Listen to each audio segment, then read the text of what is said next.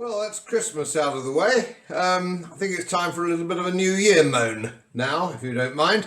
And I'm going to moan yet again about the BBC. Now, Boris made some apposite comments before Christmas, like how can we possibly justify, when there's 100 different channels to choose from for free or by subscription, a state system. So I'm going to take a moral view. I'm not going to talk about whether the BBC is biased, because that's waste of time, because we all know it is, because they've admitted it.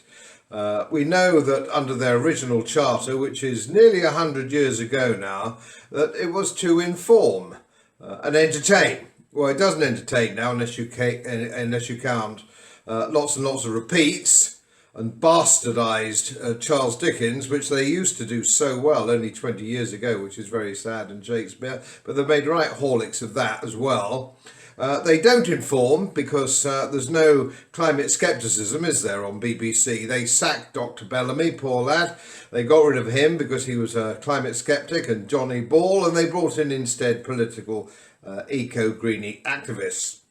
So the BBC is a complete shambles, and most people are completely fed up with it. But we have to take this moral dynamic. Is it right in a modern and free society? Is it right that the state or the state-sponsored broadcasting company can send goons round to knock on your door to drag you off to pokey if you don't pay 150 quid a year for a TV channel that you don't want and probably never watch?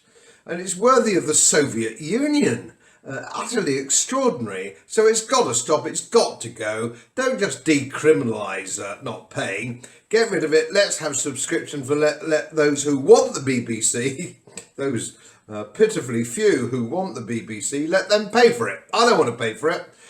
You don't want to pay for it. If you want to watch it, let's go on to a completely different system, like Netflix or whatever it happens to be. That's the way forward, not compulsion.